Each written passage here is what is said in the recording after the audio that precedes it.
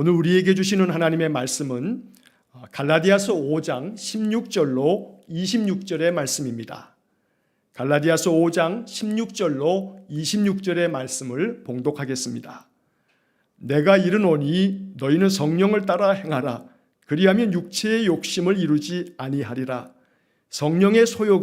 육체의 소욕은 성령을 거스르고 성령은 육체를 거스르나니 이 둘이 서로 대적하므로 너희가 원하는 것을 하지 못하게 하려 함이니라.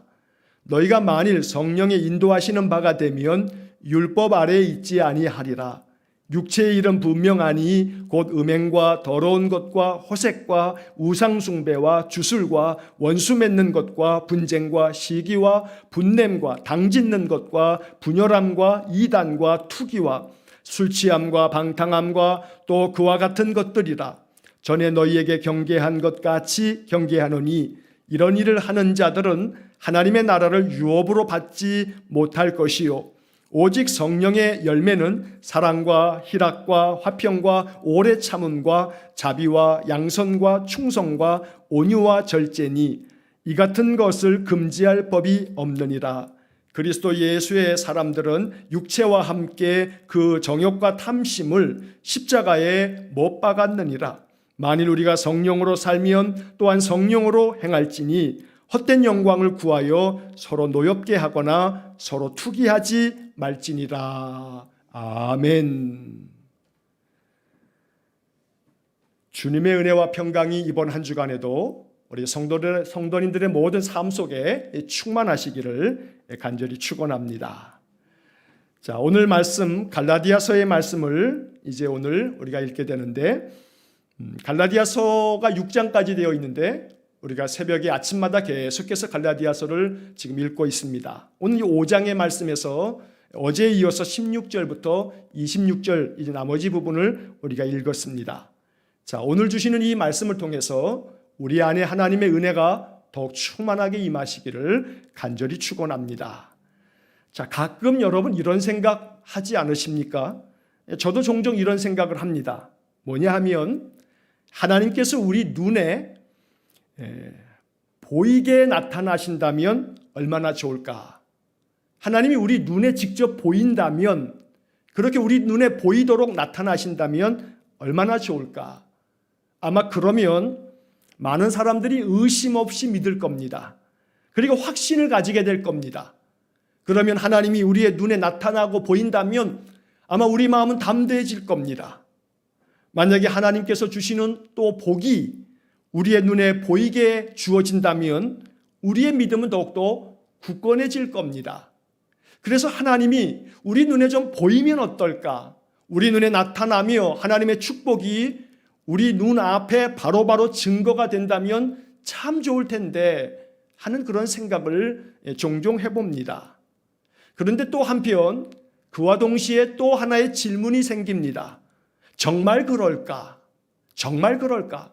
하나님이 눈에 보이고 하나님의 그 축복이 눈에 나타나고 그래서 하나님의 그 놀라운 역사하심이 자꾸 눈에 보인다면 그러면 분명히 말씀드린 것처럼 우리의 믿음이 더욱더 굳건해지고 흔들림 없이 주님을 바라보고 조금 더 의심 없이 확신 가지고 살아갈 것은 분명합니다. 그러나 모든 사람들에게 다 그러할까? 여기서 우리는 정말 그럴까 하는 질문 앞에 이렇게 대답할 수밖에 없습니다. 일부는 맞고 일부는 틀리다. 아마 많은 경우는 맞겠지만 또 일부분은 분명히 틀린 경우도 있다는 겁니다. 왜냐하면 마태복음 28장 17절의 말씀을 보면 예수님께서 부활하셨을 때에도 그와 같았습니다. 자, 마태복음 28장 17절에 이런 말씀이 기록되어 있습니다. 예수를 배웁고 경배하나 아직도 의심하는 사람들이 있더라. 자, 예수님께서 부활하셨지만 예수님의 부활하심을 경험하고 목격한 사람들이 있고 그 목격한 사람들이 직접 이야기해 줌에도 불구하고 내가 직접 못 봤으니 나는 믿을 수 없어 하는 의심하는 사람들이 있더라는 겁니다. 여러분, 이 마태복음 28장 17절은요 우리가 알고 있는 도마, 의심 많은 도마 한 사람만을 얘기하는 게 아닙니다. 왜냐하면 그 본문의 말씀에 아직도 의심하는 사람들이 있더라. 이 복수형으로 쓰여져 있어요. 그러니까 도마 말고도 예수님 부활하셨지만 내가 직접 보지 못하였으니 나는 믿을 수 없어 라고 말하는 사람들이 많았던 겁니다.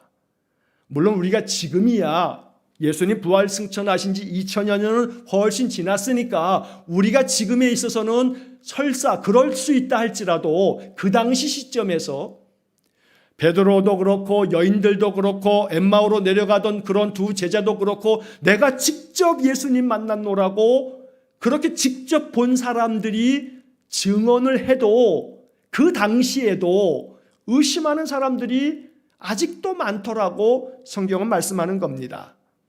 그래서 예수님께서는 그 의심 많은 도마에게 이렇게 말씀하셨지요. 요한복음 20장 29절에 예수께서 이르시되 너는 나를 본고로 믿느냐 보지 못하고 믿는 자들은 복되도다 하시니라. 자, 도마에게 하신 이 말씀 너는 나를 본고로 믿느냐 보지 못하고 믿는 자들은 복되다 하고 주님 말씀하십니다. 하지만 이렇게 도마에게 말씀하신 것처럼 보지 못하고 믿는 사람들이 복되긴 합니다만 우리는 연약합니다.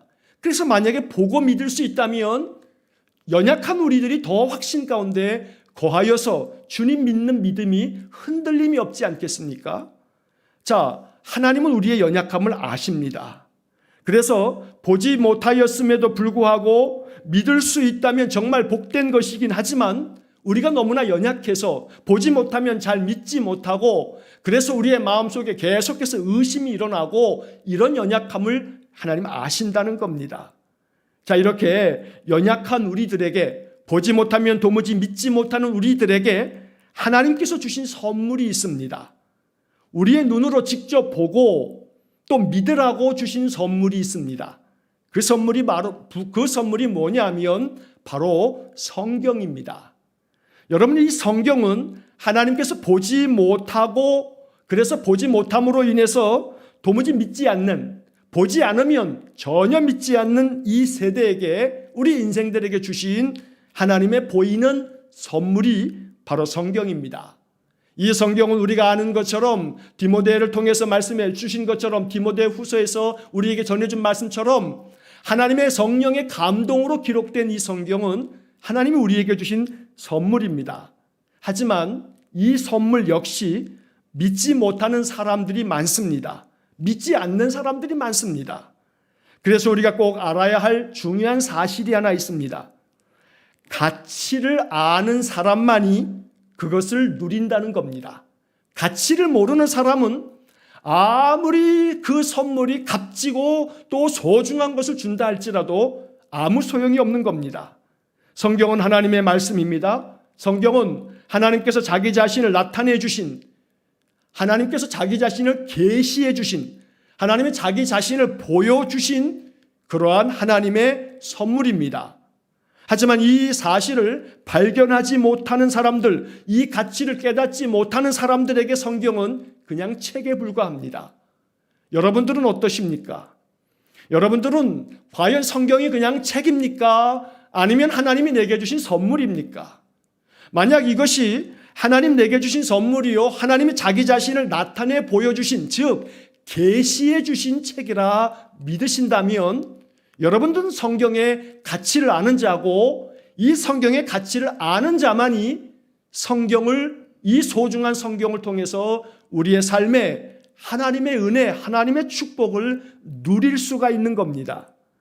마태복음 13장 44절에서 예수님께서 비유의 말씀 중에 이런 말씀을 하신 바 있습니다. 천국은 마치 밭에 감추인 보화와 같으니 사람이 이를 발견한 후 숨겨두고 기뻐하며 돌아가서 자기의 소유를 다 팔아 그 밭을 사느니라.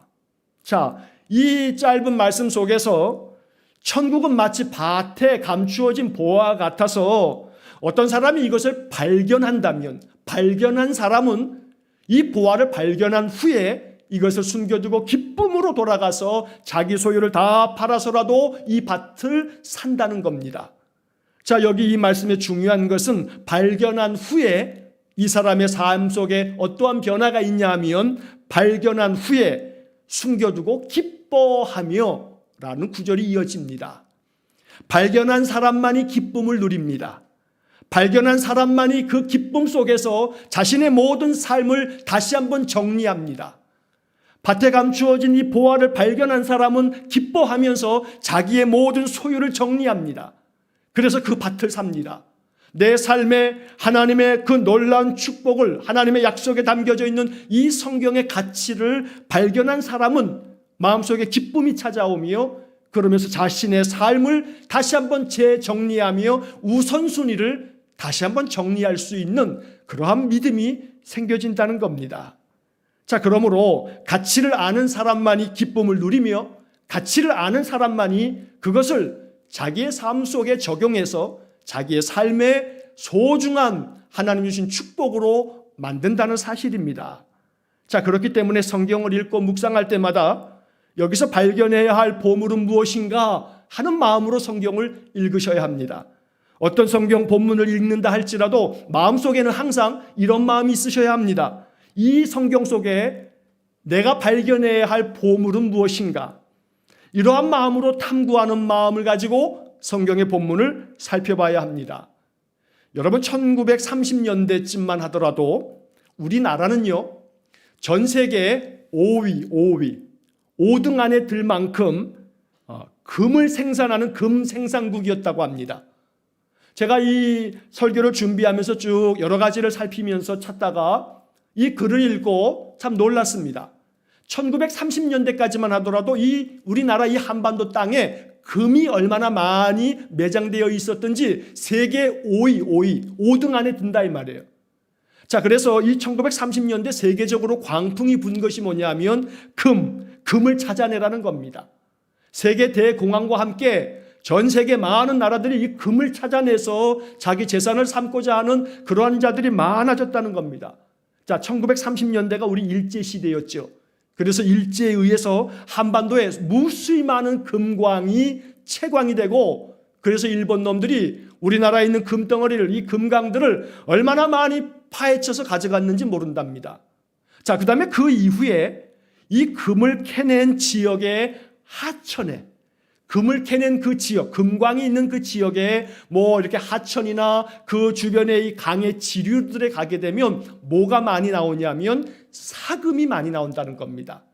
그래서 지금도 이 지명, 땅의 그 마을의 이름 중에 금자가 들어가는 그런 지명에는 실제로 금강도 있거나 그 주변의 하천에는 이 사금이 많이 있답니다. 다른 지역보다 더. 자, 그래서 지금도 이 사금을 캐는 사람들이 있습니다. 제가 한 신문 기사를 이렇게 찾아봤더니 강원도 영월 저 동강 근처에는 지금도 이 사금 전문가들이 늘 사금 캐러 다니는 사람들이 있답니다. 참 놀라운 것은요, 이 사금 전문가 중에 어떤 사람은요 하루에 거의 한 돈 정도를 캐낸답니다. 한 돈. 그러면 지금 금 한 돈이 거의 한 30만 원 가까이가 되는데, 그리고 이 사람들은 사금 캐는 아주 전문가입니다. 자, 여러분 생각해 보십시오. 하천이나 강가에서 사금을 채취하는 사람들의 눈은 매우 예리합니다. 그래서 이 하천의 모래를 이렇게 그 사금 캐는 도구를 가지고 쫙 파헤쳐 가지고 그 속에서 작은 금 알갱이를 하나씩 발견해내는 것인데, 오늘 우리가 하나님 주시는 선물, 하나님 우리에게 주신 이 소중한 선물, 이 성경을 통해서 성경을 읽을 때마다 우리 마음속에 가지고 있어야 할 마음이 바로 이런 마음입니다. 사금을 채취하는 심정으로, 이 말씀 안에 금이 있다, 이 말씀 안에 보물이 있다 하는 마음으로 성경을 바라봐야 합니다. 자, 오늘 본문의 말씀에서도 마찬가지입니다. 저는 이 본문 말씀을 묵상하면서 오늘 이 말씀 속에서 사금을 채취하는 그런 눈으로 두 개의 성경 구절들을 함께 나누려고 합니다. 자, 첫 번째로는 16절의 말씀입니다. 여러분 16절의 말씀을 보면 이렇게 말씀이 그 속에 담겨져 있습니다. 성령을 따라 행하라. 그리하면 육체의 욕심을 이루지 아니하리라.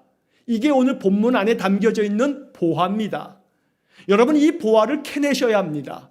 그래서 이 보화가 내 삶 속에 정말로 보물처럼 유용하게 사용될 수 있어야 합니다. 성령을 따라 행하라. 그리하면 육체의 욕심을 이루지 아니하리라. 그래서 이 본문의 말씀 속에서 제가 성경 오늘 설교의 제목을 성령을 따라 행하라 이렇게 제목을 정한 것입니다. 이 말씀이 우리 마음속에 금덩어리 같이 다가올 수 있기를 축복합니다.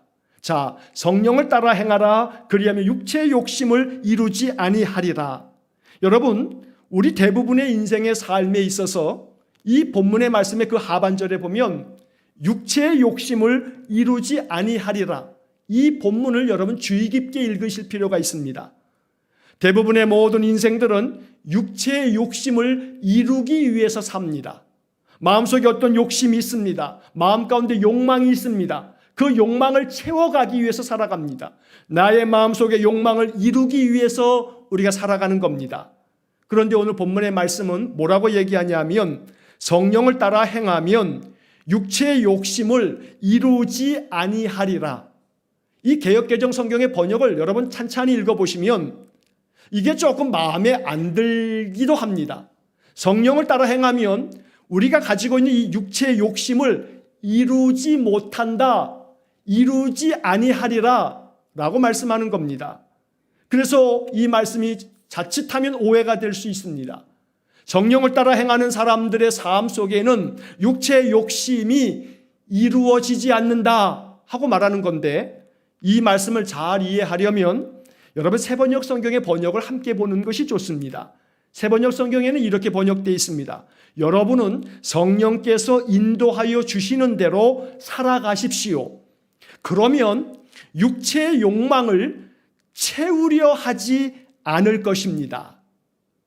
육체의 욕망을 채우려 하지 않을 것입니다. 이 새번역의 이 뒷부분의 번역이 얼마나 좋은 번역인지 모릅니다. 끊임없이 욕망을 채우려고 살아갑니다. 욕망이 안 채워지기 때문에 마음속에 나의 삶이 불행하다고 느낍니다.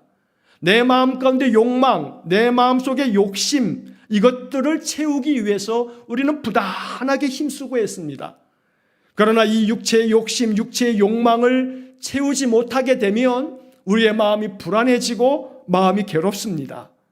그래서 육체의 욕망을 채우려 하지 않으면 여기 지금 본문의 말씀에 육체의 욕망을 채우려 하지 않을 것입니다. 성령을 따라 행하고 성령이 인도하신 대로 살면 우리 마음속에 육체의 욕망, 욕심을 채우려고 하지 않는다. 여러분 육체의 욕심을 채우겠다고 하는 마음을 내려놓으시면요 자유함이 있습니다. 육체의 욕심을 채워야겠다는 그 채우겠다는 마음의 욕망이 가득하기 때문에 우리의 마음속에 자유가 없는 겁니다.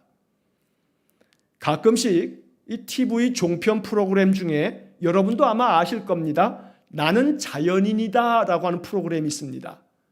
가끔 기회가 되어서 채널을 넘기다가 그 TV가 나오면 제가 한동안 봅니다. 나는 자연인이다 라고 하는 이 프로그램 가끔씩 보면 참 재밌습니다. 여러분도 아시는 것처럼 산속에 들어가거나 뭐 어디 혼자 들어가서 나는 자연인이다 이 제목처럼 그냥 자연 속에 들어가서 그렇게 혼자 살아가는 그런 사람들의 이야기를 매주마다 이렇게 다른 사람들의 이야기를 보여주고 있습니다. 그래서 제가 오늘 설교를 준비하면서 이 프로그램의 홈페이지에 한번 들어가 봤습니다. 그래서 그 홈페이지에 들어갔더니 이 홈페이지 안에 이 나는 자연인이다 라고 하는 이 프로그램에 대한 소개가 나오는데 거기에 기획 의도, 이 프로그램을 만들게 된 그 기획 의도가 무엇인지 그 홈페이지 안에 이렇게 써 있습니다. 제가 한번 읽어드리겠습니다.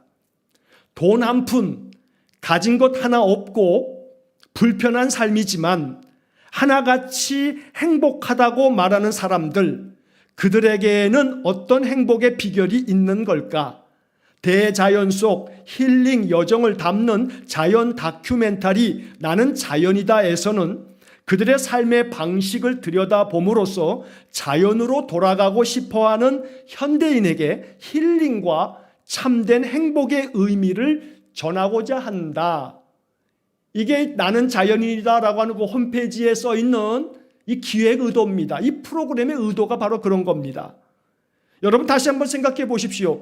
돈 한 푼 가진 것 하나 없고 불편한 삶이지만 하나같이 행복하다고 말하는 사람들.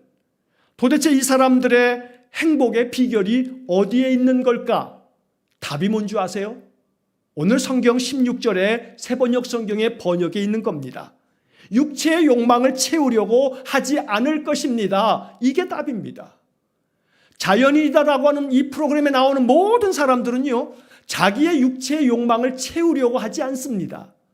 자기의 욕망을 채우겠다 한다면 당장의 도시에 내려와서 편안하게 살 겁니다. 그러나 불편함에도 불구하고 자기의 욕망을 채우는 것을 멈추고 그 욕망과 욕심을 채우지 않겠다 하는 마음으로 살다 보니 거기 나오는 모든 사람들이 죄다 다 정말로 가진 것 없는 사람이지만, 그런 삶을 살고 있지만, 불편하기 짝이 없는 삶을 살고 있지만 그들은 자유함을 누리면서 행복하게 살고 있다는 겁니다. 물론 여러분들 오해하지 마십시오. 이 설교의 중심 이야기는 그렇기 때문에 다 자연인이 되기 위해서 저 산으로 들러가라는 게 아닙니다.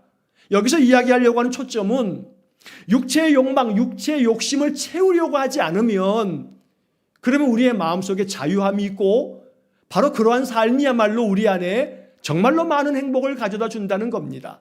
이것이 어떻게 가능하냐 하면 성령을 따라 행하면, 성령의 인도하시는 대로 살면 육체의 욕망을 채우려고 하지 않는 마음이 우리 안에 생겨지면서 점점 욕심이 줄고 욕망이 줄고 오직 그 욕심의 자리에, 욕망의 자리에 성령의 열매를 가득 채움으로 말미암아 우리 안에 부족한 많은 삶이요 불편한 많은 삶이지는 몰라도 우리 안에 평강이 찾아오고 행복이 찾아온다는 겁니다.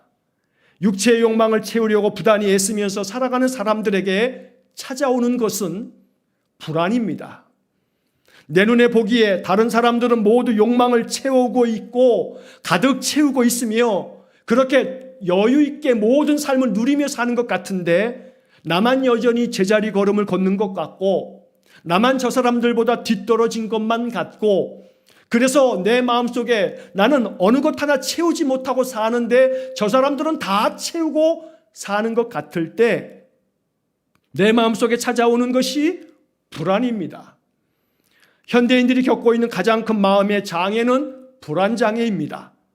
여러분, 불안장애라고 하는 것은 다양한 형태의 비정상적 또 혹은 병적인 불안과 공포로 인해서 일상생활에 장애를 일으키는 그러한 모습을 불안장애라고 합니다. 오늘날 많은 현대인들은 그저 크고 작은 이 크기의 문제일 뿐이지 거의 모든 사람들의 마음속에 불안장애가 있습니다. 또 그 마음속에 찾아오는 것이 있습니다. 허무함입니다. 허무함입니다. 아무리 채우고 채워도 채워지지 않는 것 같은 마음 때문에 늘 마음속에는 아무리 많이 채우고 아무리 많이 가져도 늘 그 마음 심령은 허무, 텅 빈 것 같고 아무것도 없는 것 같다는 겁니다. 여러분, 허무라고 하는 말이 뭡니까? 허자가 비어있다, 비일 허자고요. 무자는 없을 무자입니다. 내 삶에 내 마음이 다 비어있고 아무것도 없는 것 같은 그런 마음, 이게 허무인데 아무리 욕망을 채우고 채운다 할지라도 다 채워지지 않는 그 끝없는 욕망 때문에 마음속에 찾아오는 것은 불안과 함께 허무가 찾아온다는 겁니다. 그래서 다시 한번 여러분 세번역 성경 16절을 한번 보시면, 여러분 주보를 참고하실 분들은 주보를 보시고, 또 비대면 예배하시는 분들은 화면 밑에 제목이 있는 그 줄을 한번 딱 클릭하시면 그 밑에 설명창이 쭉 나옵니다. 그 설명창에 제가 세번역 성경과 쉬운 성경을 이렇게 담아드렸으니까 그렇게 보셔도 좋습니다. 여러분은 성령께서 인도하여 주시는 대로 살아가십시오. 그러면 육체의 욕망을 채우려 하지 않을 것입니다. 성령께서 인도하시는 대로 살면 육체의 욕망을 채우지 않을 것입니다. 육체의 욕망을 채우지 않아도 다른 것으로 말미암아, 하나님 주시는 은혜로 말미암아 내 마음이 가득 채워져서 다른 것이 채워지지 않아도 부족함이 없다는 겁니다. 그래서 오늘 이제 이 본문의 말씀에서 우리가 또 하나 캐내야 할, 사금을 채취하듯이 발견해야 할 말씀이 있습니다. 자, 바로 18절의 말씀을 한번 보시기 바랍니다. 18절의 말씀을 개역개정 성경으로 보시면, 너희가 만일 성령의 인도하시는 바가 되면 율법 아래 있지 아니하리라. 성령이 인도하시는 대로 살다면, 성령이 인도하시는 바가 되면 율법 아래에 잊지 않게 된다. 자, 2000년 전에 이 갈라디아서를 받았던 유대인 그 공동체, 그리고 갈라디아 지역에 있는 많은 이방인 그 기독교 신자들, 이 말씀을 읽으면서 그들은 가장 현실적인 문제가 율법을 지켜야만 구원받는다, 할례를 행해야만 하나님 백성 되는 거다, 이러한 거짓 가르침 때문에 신앙적으로 많이 혼동 가운데 있으면서 그들은 율법을 지켜야 하는 삶으로 고단한 삶을 살아야만 했습니다. 율법은 끊임없이 우리를 속박합니다. 여러분, 유대인의 랍비들의 전통에 의하면 유대인들이 지켜야 할 율법의 가지수가, 제가 지난번에 새벽에도 설교 중에 한번 말씀드렸지만 613가지나 된다고 합니다. 자, 그런데 이 613가지나 되는 이 율법의 조문들을 다 지켜야만 하나님 백성이 되는 거고 의롭게 되는 거고 구원받는 겁니다. 자, 그런데 이 613가지 중에서 하라, 이렇게 하라라고 하는 명령은 248가지가 되고, 하지 말라라고 하는 명령은 365가지가 된다고 합니다. 자, 365가지가 되는 하지 말라는 명령, 또 248가지나 되는 하라는 명령, 어찌됐든지 간에 613가지 이 명령을 지키지 않으면 하나님의 거룩한 백성이 될 수가 없는 겁니다. 그래서 유대인들은 이 율법을 지켜야만 구원받는다고 믿는 사람들은 날마다 이 명령 앞에서 허덕여야만 했습니다. 왜냐하면 마음속에 계속된 불안이 찾아옵니다. 내가 이 말씀을 지키지 못하면 어쩔까? 내가 이 말씀 하지 말라 했는데 자꾸 하면 어떻게 될까? 그러면서 그들의 마음속에는 이 율법의 멍에 아래 종로로 탈 수밖에 없었던 겁니다. 자, 그런데 오늘 바울은 이 본문의 말씀을 통해서 위대한 선언을 하고 있습니다. 너희가 만일 성령의 인도하시는 바가 되면 율법 아래에 있지 아니하리라. 자, 새번역 성경으로 18절의 말씀을 보면 이렇게 번역되어 있습니다. 그런데 여러분이 성령의 인도하심을 따라 살아가면 율법 아래에 있는 것이 아닙니다. 더 이상 율법 아래에 있을 필요가 없습니다. 복음으로 말미암아 자유로운 인생을 살아갈 수 있습니다. 참된 자유가 있습니다. 평안이 있습니다. 바로 성령 안에서 살아간다면, 성령이 이끄시는 대로 살아간다면 우리 안에 모든 불안과 허무는 다 사라지고 오직 하나님 주시는 성령이 그 주시는 평강이 우리의 삶에 가득하다고 말씀하고 있는 겁니다. 그래서 오늘 본문의 말씀에서 우리는 주님의 음성을 들어야 합니다. 성령의 인도하심을 따라 살아라. 성령을 따라 행하라. 성령의 인도하심을 따라 살아간다면 모든 억압과 속박으로부터 자유롭게 되고, 마음속의 불안과 허무로부터 자유롭게 되고, 마음의 모진 괴로움의 그 모든 탄식을 다 벗어버리고 주님 주시는 그 은혜와 평강으로 말미암아 기뻐하게 된다. 오늘 이 말씀 안에서 성령으로 인도함을 받아 살아가심으로 인해서 우리 마음 가운데 평안이 가득하고 기쁨이 넘쳐나기를 축원합니다.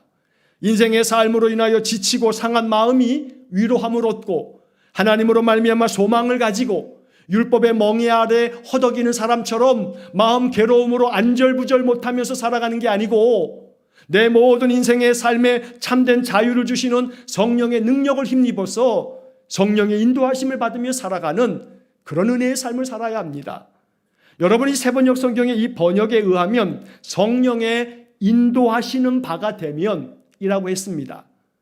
여기서 중요한 복음은요, 성령이 인도하신다는 겁니다. 성령이 항상 인도자가 되시는 겁니다. 우리는 뭐만 하면 되냐 하면 따라만 가면 됩니다. 성령이 이끄시는 대로 따라만 가면 됩니다. 인도하시는 대로 따르기만 하면 됩니다.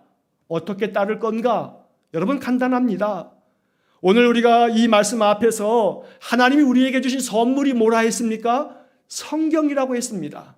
하나님이 우리에게 눈에 보이도록 자기 자신을 나타내 주신 계시의 선물, 이 성경입니다. 그러면 성경을 우리에게 선물로 주셨다면 성령이 인도하시는 대로 살려면 방법은 아주 매우 명확합니다. 성경을 가지고 사는 겁니다. 성경을 가지고 말씀을 따라 사는 겁니다. 말씀 날마다 묵상하면서 말씀이 주는 위로를 받고 말씀 속에서 약속을 내 마음속에 부여잡고 이 말씀이 주는 축복의 말씀을 아멘으로 내 마음속에 받아들이면서 하루하루를 산다면 이게 성령을 따라 행하는 것이고 성령의 인도하심을 받으며 사는 겁니다.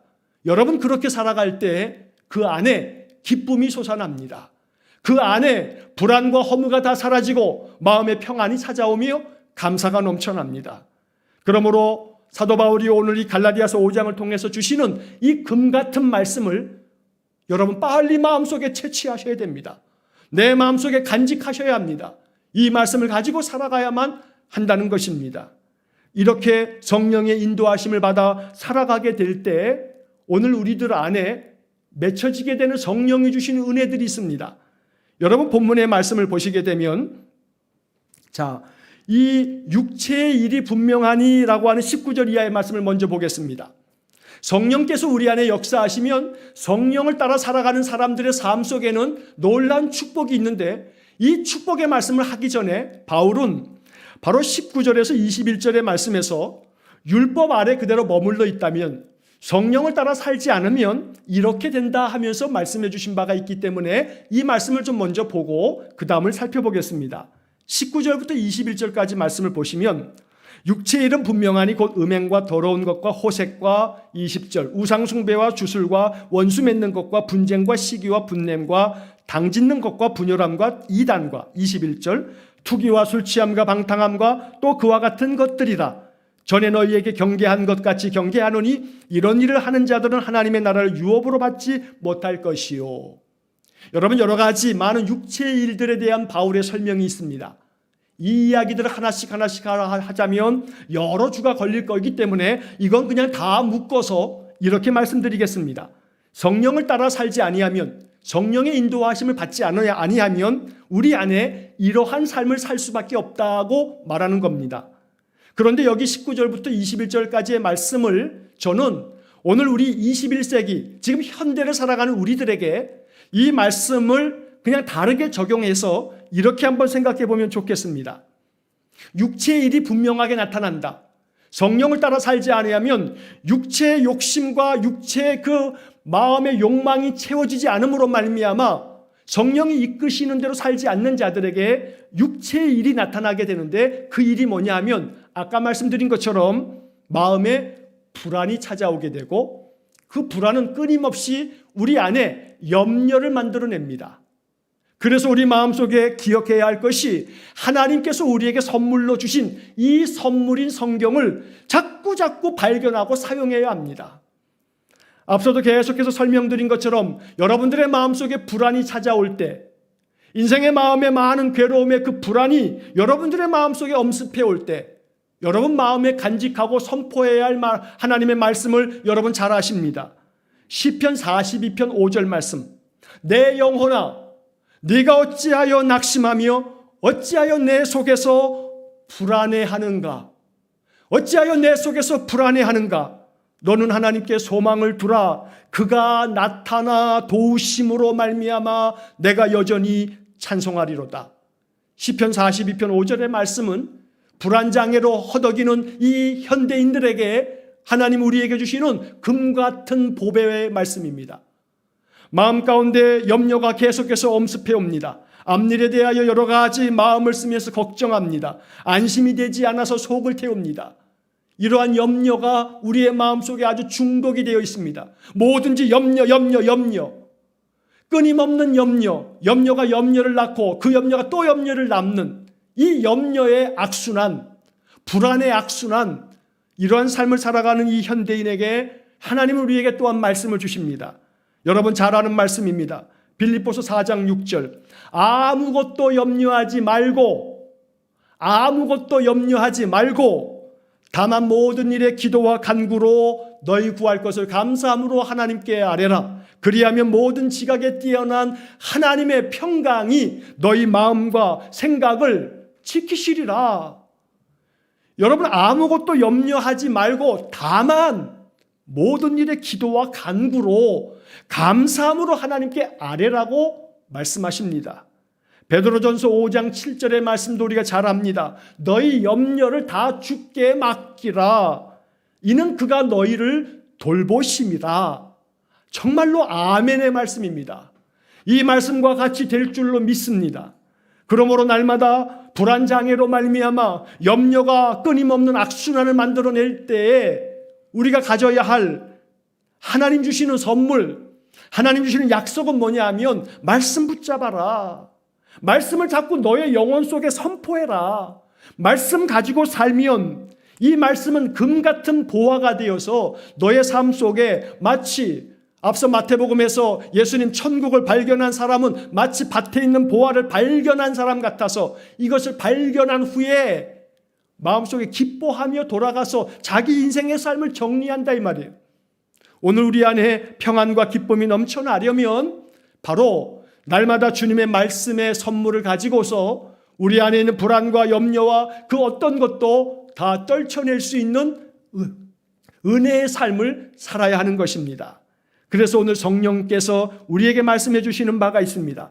여러분 22절에서 23절의 말씀을 보시게 되면 이처럼 성령을 따라 살아가는 사람들, 성령의 인도하심을 받는 사람들의 삶 속에는 육체의 일을 다 벗어버리고 성령께서 주시는 열매가 그 삶에 맺혀지게 된다 하고 말씀합니다. 그 성령의 열매가 9가지가 소개되어져 있습니다. 22절과 23절. 오직 성령의 열매는 사랑과 희락과 화평과 오래 참음과 자비와 양성과 충성과 온유와 절제니 이 같은 것을 금지할 법이 없다. 율법이 없다. 결코 율법이 이것들을 금지할 수 없다. 다시 말해서 이 말은 성령의 인도하심을 받으며 살아가는 사람들은 모든 율법의 멍에를 벗어버리고 성령이 주시는 이러한 열매가 그 심령 속의 삶 속에 가득가득 맺혀진다 하고 말씀하는 겁니다. 간절히 축원합니다. 이 성령의 열매가 저와 여러분들의 심령 속에, 여러분들의 삶 속에 가득하기를 주의 이름으로 간절히 축원합니다. 이 성령의 열매가 내 삶에 가득 맺혀지도록 성령을 따라 살아가는 삶이 될 수 있기를 축복합니다. 여기 이 9가지의 이야기도 여러분 하나씩 설명해도 9주가 걸릴 겁니다. 이 말씀 중에서 앞에 나와 있는 몇 가지만 잠깐 생각해 본다면 성령의 그 인도하심을 받으면 우리 마음속에 사랑의 열매가 맺혀집니다. 여러분이 사랑의 열매가 맺혀지게 되면 사랑하게 됩니다. 무엇을 사랑할까요? 여러분들의 삶을 사랑할 수 있게 됩니다. 여러분들의 하루하루의 생활을 사랑할 수 있습니다. 사랑은 단순한 그런 좋아하는 감정이 아닙니다. 그걸 뛰어넘습니다. 아침에 여러분들이 눈을 뜨면서 젠장할 또 눈 떴네. 아이고 하나님 그냥 불러가셔도 되는데 이 사람은 성령이 그 속에서 작동하는 게 아닙니다. 성령이 마음 가운데 충만해지면 성령은 우리의 마음속에 사랑의 열매를 맺게 합니다. 그래서 아침에 눈을 뜨면서 성령은 우리의 마음속에 이러한 열매가 맺혀지게 합니다. 오늘도 하루를 살게 하셨으니 감사합니다. 내 하루의 삶이 너무나 하나님의 선물입니다. 나의 삶을, 나의 생활 하루하루를 사랑할 줄 아는 마음이 생긴다면 이 사람은 성령의 인도함을 받고 있는 겁니다. 날마다 여러분들의 삶 속에 여러분들의 생활 자체를 사랑할 수 있기를 축복합니다. 여러분 사랑하는 사람들은 그 눈에 콩깍지가 씌었다고 합니다. 눈에 콩깍지가 씌었기 때문에 그냥 사랑스럽게만 보이는 겁니다. 내 안에 성령이 가득하여 성령이 인도하시면 내 눈에 콩깍지가 씌어져 있어서 내 생활이 너무나 열악하고 불편하고 괴로움이 많은데도 불구하고 이 삶이 사랑스러운 겁니다. 이 괴로움 많은 인생의 삶조차도 사랑스럽게 여겨지는 겁니다. 왜요? 내 마음속에 이 사랑의 콩깍지가 씌어 있기 때문에 이 나의 생활 자체가 사랑스럽게 여겨진다는 겁니다.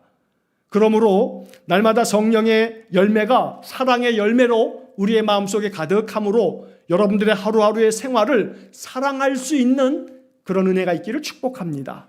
두 번째는 희락의 열매입니다. 기쁨의 열매라고 많이 번역되어 있습니다. 기쁨은 성령 충만한가에 대한 아주 분명한 기준이 됩니다.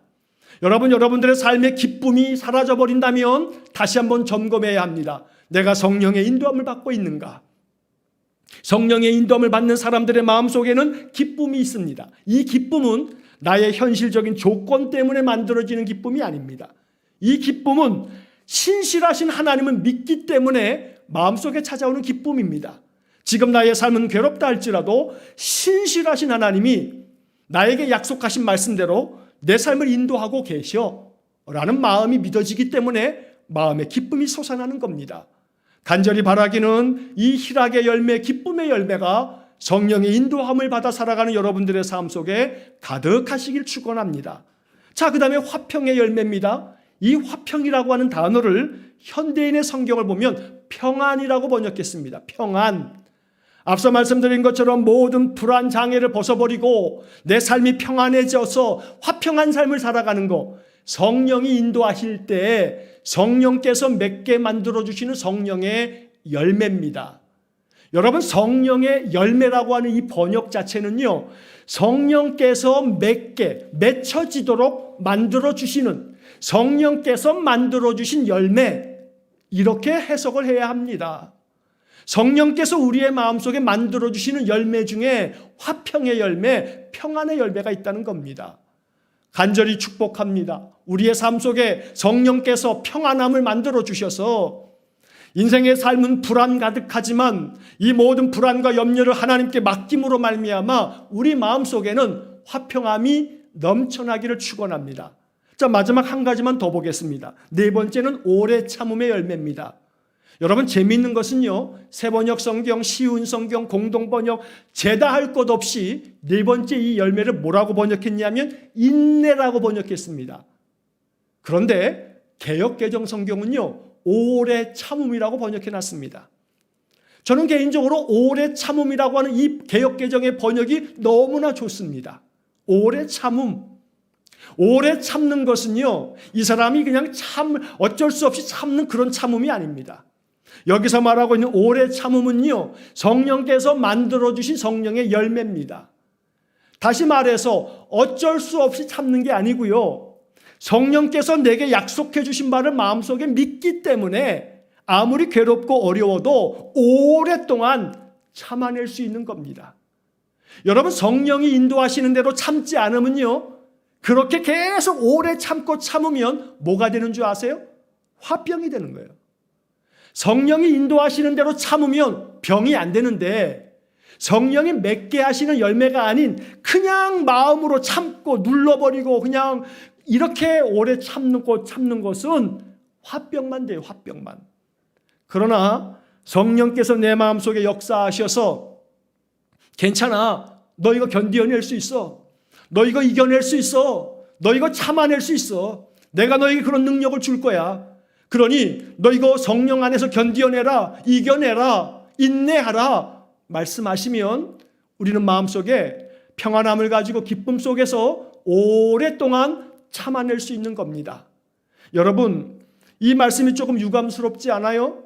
참아도 조금만 참으면 좋을 텐데, 근데 이 성경은 오래 참을 수 있는, 오래 참음, 오래 참음. 참는다라고 하는 것은 결국은 우리 안에 계속해서 이 참아내야 된다라고 하는 것 자체가 어려움일 텐데, 성령의 열매가 오래 참음이라고 말하고 있어요. 인내라고 하는 번역보다 이 번역이 좋은 까닭은 오래라고 하는 시간적인 그런 느낌이 이 안에 담겨져 있기 때문에 훨씬 은혜가 되더라 이 말이에요. 여러분, 오래 참을 수 있는 거 성령의 열매입니다. 그 이하에 뒤에 나와 있는 자비와 양성과 충성과 온유와 절제에 대한 이야기는 나중에 기회가 될 때 다시 한번 이야기하겠습니다. 여러분, 성령을 따라 살아가시기를 축복합니다. 성령의 인도하심을 따라 살기를 축복합니다. 그러면 우리 안에 모든 불안과 허무와 인생의 모든 그 욕망을 채워야만 행복하다는 생각을 다 내려놓고 마음속에 성령이 주시는 자유함으로 말미암아 우리 안에 기쁨과 감사가 넘쳐날 겁니다. 성령의 열매들을 맺으면서 살게 될 것입니다. 그러므로 인생의 모든 삶을 주님과 함께 살아가되, 오늘 마지막 24절의 말씀에서 그리스도 예수의 사람들은 육체와 함께 그 정욕과 탐심을 십자가에 못 박았느니라. 못 박아야 할 것이 무엇인지를 이 시간에 기도하시면서 마음 가운데 결정할 수 있기를 축복합니다. 여러분 안에 마음 가운데 가지고 있는 욕심과 욕망, 바라고 싶은 많은 것들이 채워지지 않으므로 내 마음이 불안하고 괴롭다면 그 불안과 괴로움의 마음을 십자가에 못 박으시기를 축복합니다. 그리고 오직 25절의 말씀처럼 만일 우리가 성령으로 살면 또한 성령으로 행할지니, 늘 날마다 성령으로 살아가심으로 성령 안에서 성령께서 만들어주시는 이 많은 열매들을 내 삶 속에서 맺으면서 인생을 살아갈 수 있기를 주의 이름으로 간절히 축원합니다. 성령을 따라 행하는 삶, 성령이 인도하시는 대로 살아가는 삶, 이것을 통해서 성령이 주시는 놀라운 축복을 발견하시고 이것을 발견한 사람이 누리는 기쁨을 가지고 인생의 삶을 복되게 살아가시기를 주의 이름으로 간절히 축원합니다. 기도하겠습니다. 사랑과 자비가 풍성하신 하나님, 갈라디아서 5장 16절로 26절의 말씀이 우리 안에 금 같은 보화가 되어서 이 말씀 속에서 하나님 주시는 그 하나님의 그 음성을 마음 깊이 들음으로 말미암아 마치 사금을 채취하는 자가 마음 깊이 말씀 안에서 참으로 보화와 같은 주님의 이 금덩어리 같은 말씀을 발견하여 기쁨을 가지고 살아가는 것처럼 우리 인생의 삶 또한 성령의 인도하심을 받아 성령을 따라 살아감으로 성령께서 만들어주시는 귀하고 복된 열매들을 가득가득 맺히면서 인생을 살아가는 복된 삶이 되어지도록 은혜 내려 주옵소서. 예수님 이름으로 기도하옵나이다. 아멘.